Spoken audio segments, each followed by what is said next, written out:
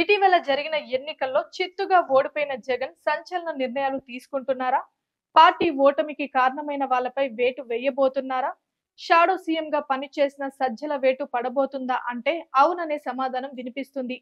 YCP నేత సిద్దిరెడ్డిని Jagan Reddy party నుంచి బహిష్కరించడంతో ఇక వైసీపీలో ప్రక్షాళన ప్రారంభమైందని ఆ పార్టీ నేతలు ప్రచారం చేసుకోవడం ప్రారంభించారు.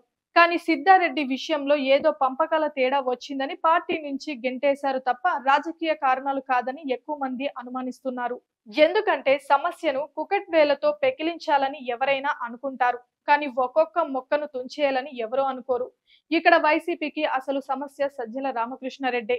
ఎన్టీఆర్ కు లక్ష్మీ పార్వతిల, జయలలితకు శశికళల, జగన్ కు సజ్జల తయారయ్యారని బాధపడని వైసీపీ నేతలు గత 4 ఏళ్లలో లేరు. మొదట పార్టీ గెలిచినప్పుడు అన్ని చూసుకుంది విజయసాయిరెడ్డి.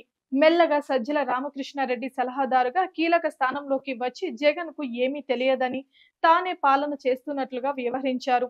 ప్రభుత్వ యంత్రాంగాన్ని గుప్పిట పట్టుకొని తాను చేయాలనుకున్నది చేసుకున్నారు.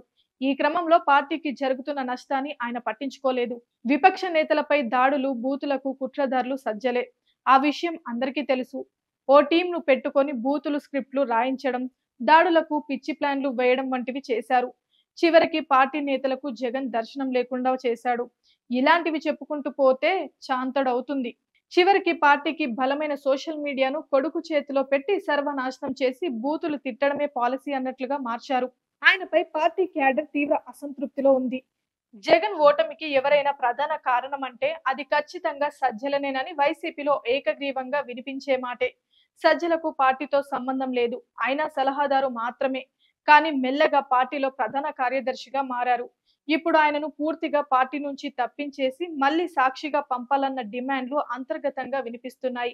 అయితే పార్టీలో తనకంటూ ఓ వర్గాన్ని ఇప్పటికే సజ్జల ఏర్పాటు చేసుకున్నారు.